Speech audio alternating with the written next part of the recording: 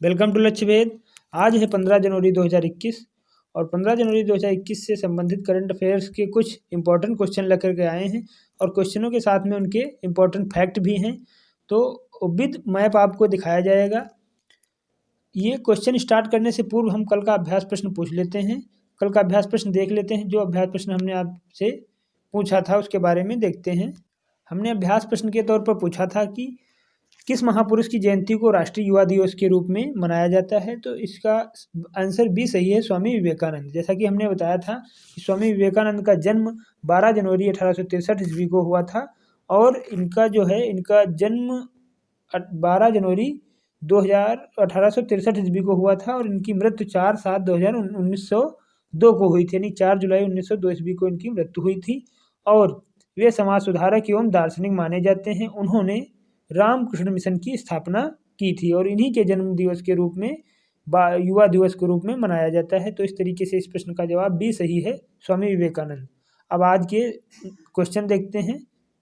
हमारा आज का पहला क्वेश्चन है, हाल ही में कौन सी स्पेस एजेंसी सबसे शक्तिशाली रॉकेट स्पेस लॉन्च सिस्टम को लॉन्च करेगी। तो अभी नासा एक अमेरिका की अंतरिक्ष एजेंसी है। यह एजेंसी सबसे शक्तिशाली लॉन्च सिस्टम को लॉन्च करेगी।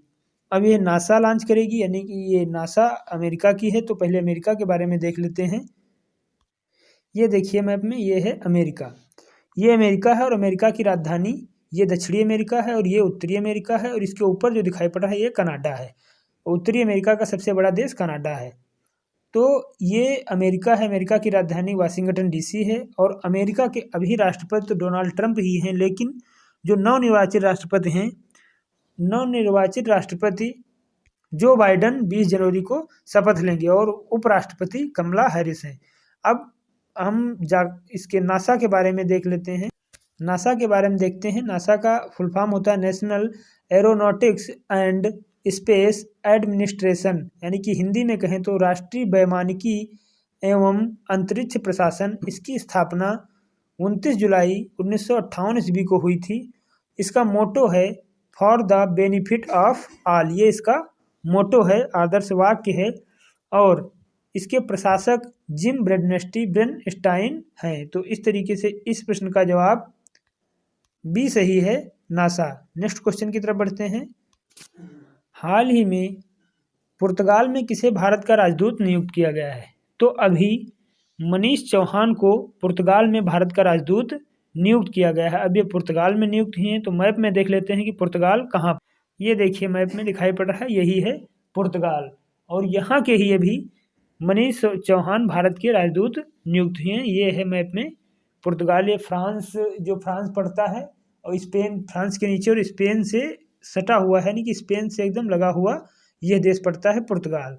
अब पुर्तगाल के बारे में देखते हैं।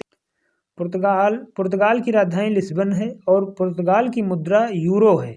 यहाँ के राष्ट्रपति हैं मार्सेलो रेबेलो डी सोसा, यानी कि मार्सेलो रेबेलो डी सोसा। तो इस तरीके से इस प्रश्न का जवाब सी सही है, मनीष चौहान। नेक्स्ट क्वेश्चन की तरफ बढ़ते हैं। हमारा अगला क्वेश्चन है, हाल ही में किस राज्य सरकार ने कृषि क्षेत्र को मुफ्त बिजली देने की योजना शुरू की है। तो अभी आंध्र प्रदेश सरकार ने कृषि क्षेत्र को मुफ्त बिजली देने की योजना शुरू की है। अब ये योजना आंध्र प्रदेश ने शुरू की है। तो पहले मैप में देखते हैं कि आंध्र प्रदेश कहाँ पर है।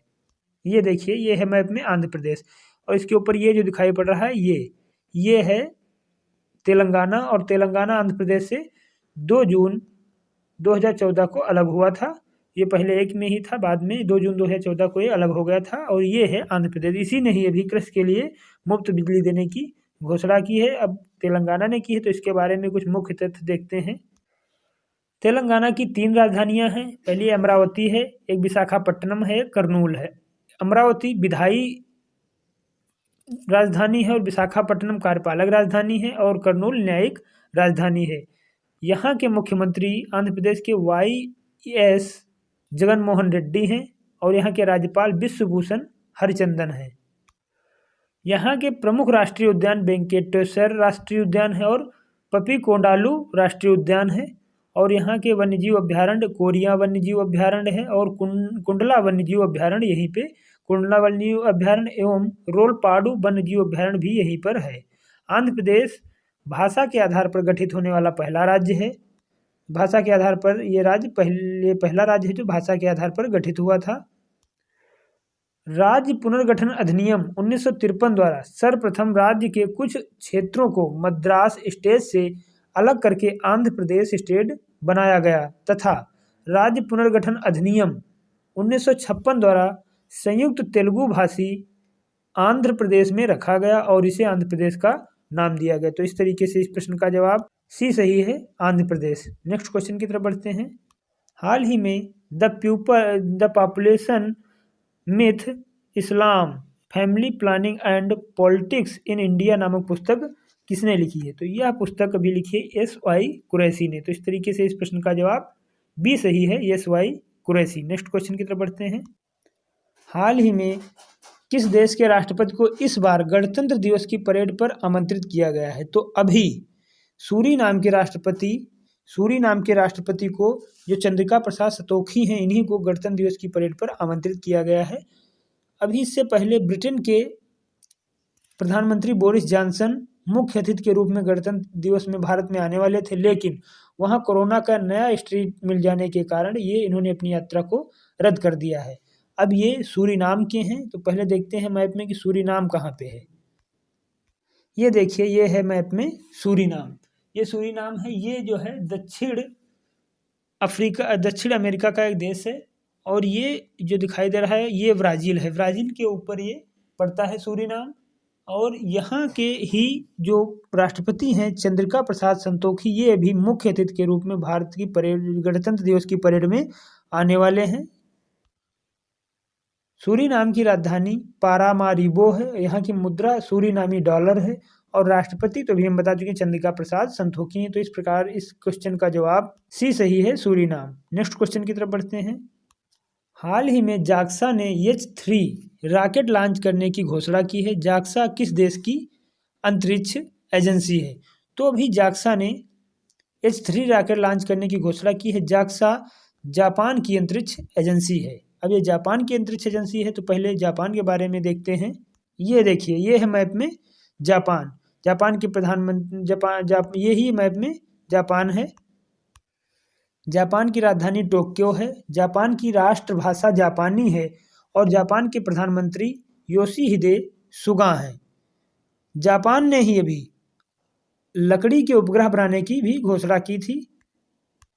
इसके अलावा अभी हाल ही में जापान एरोस्पेस एक्सप्लोरेशन एजेंसी यानी कि जाक्सा ने H3 रॉकेट लॉन्च करने की घोषणा की है। यह एजेंसी जापान सरकार की अंतरिक्ष से संबंधित विकास कार्यों में सहयोग प्रदान करती है। तो इस तरीके से इस प्रश्न का जवाब डी सही है, जापान। नेक्स्ट क्वेश्चन की तरफ बढ़ते हैं। हाल ही में केंद्र सरकार ने किस राज्य को अपनी पढ़ना लिखना अभियान में शामिल किया है? तो अभी केंद्र सरकार ने केरल राज्य को अपनी पढ़ना लिखना अभियान में शामिल किया है। केरल को शामिल किया है। तो पहले नक्शा में देखते हैं, मैप में देखते हैं कि केरल कहाँ पर है।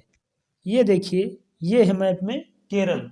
ये जो दिखाई पड़ रहा है नीचे, यही मैप में केरल है। केरल के बारे में देख ले। केरल के मुख्यमंत्री पिनरई विजयन हैं। केरल के राज्यपाल आरिफ मोहम्मद खान हैं और केरल की राजधानी तिरुवनंतपुरम है। केरल में एराविकुलम राष्ट्रीय उद्यान है यानी कि नेशनल पार्क है और पेरियार वन्यजीव अभ्यारण्य केरल में ही है और सांतघाटी भी केरल में ही है। नई साक्षरता योजना पढ़ना लिखना अभियान का उद्देश्य वर्ष 2030 तक पूर्ण साक्षरता के लक्ष्य को हासिल करना है। केरल को 2009 के बाद से पहली बार केंद्र सरकार की साक्षरता योजना में शामिल किया गया था। तो इस तरीके से इस प्रश्न का जवाब सी सही है, केरल। नेक्स्ट क्वेश्चन की तरफ बढ़ते हैं। हाल ही में ICC टेस्ट रैंकिंग में कौन ऑलराउंडर शीर्ष पर रहा है? तो अभी ICC यानी कि इंटरनेशनल क्रिकेट काउंसिल में बेन स्टोक्स टॉप पर रहे हैं और इसमें रविंद्र जडेजा ऑलराउंडर जो हैं सेकंड नंबर पे रहे हैं। तो इस तरीके इसका जवाब सी सही है, बेन स्टोक्स टॉप पर रहे हैं। तो देखते हैं पहले ICC के बारे में कि ICC के बारे में कुछ मुख्य तथ्य देख लेते हैं। ICC यानी कि इंटरनेशनल क्रिकेट काउंसिल, हिंदी में कहें तो अंतर्राष्ट्रीय क्रिकेट परिषद।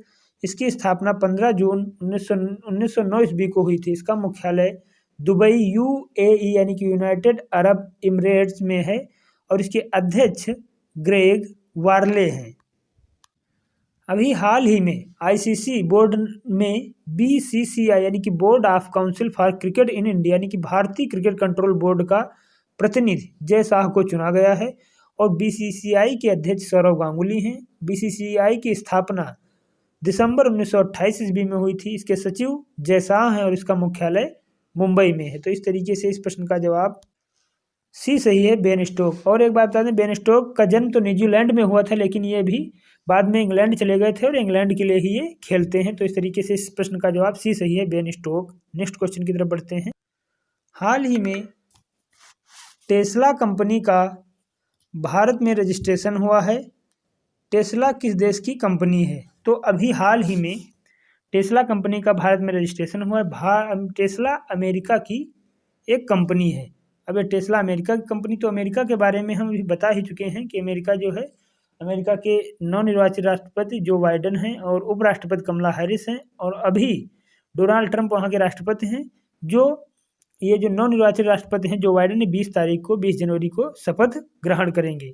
तो अब इसके टेस्ला के बारे में देख लेते हैं। हाल ही में टेस्ला ने अपना ऑफिस बेंगलुरु में रजिस्टर्ड कराया है। यह registration Tesla motor India Motors and energy private limited नाम से है। रजिस्ट्रेशन 8 जनवरी को हुआ था, यानी कि 8 जनवरी को रजिस्ट्रेशन हो चुका है। टेस्ला कंपनी कार बनाने वाली अमेरिकी कंपनी है।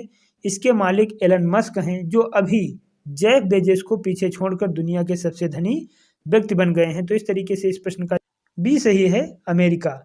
नेक्स्ट क्वेश्चन की तरफ बढ़ते हैं। हाल ही में वेद मेहता का निधन हो गया है, वे कौन थे? तो अभी हाल ही में वेद मेहता का निधन हो गया है और ये वेद मेहता एक लेखक थे। ये लेखक थे और अभी इनका निधन हो गया है। तो इस तरीके से इस प्रश्न का जवाब बी सही है। इस तरीके से इस प्रश्न का जवाब बी सही है, लेखक। अब आज का अभ्यास प्रश्न देख लेते हैं। हमारा आज का अभ्यास प्रश्न है कि अभी श्री लाल बहादुर शास्त्री जी की पुण्यतिथि कब थी? तो इस प्रश्न का जवाब आप कमेंट में बॉक्स में जरूर दीजिए। कमेंट बॉक्स में लिखना ना भूलें। यदि ये वीडियो आपको अच्छा लगा हो, हेल्पफुल लगा हो, तो आप वीडियो को लाइक, शेयर और सब्सक्राइब जरूर करें। यदि पूरे वीडियो में आपको कहीं दिक्कत हो तो आप इसको अपनी समस्या को कमेंट बॉक्स में लिखिए, आपकी समस्या का जवाब दिया जाएगा। धन्यवाद।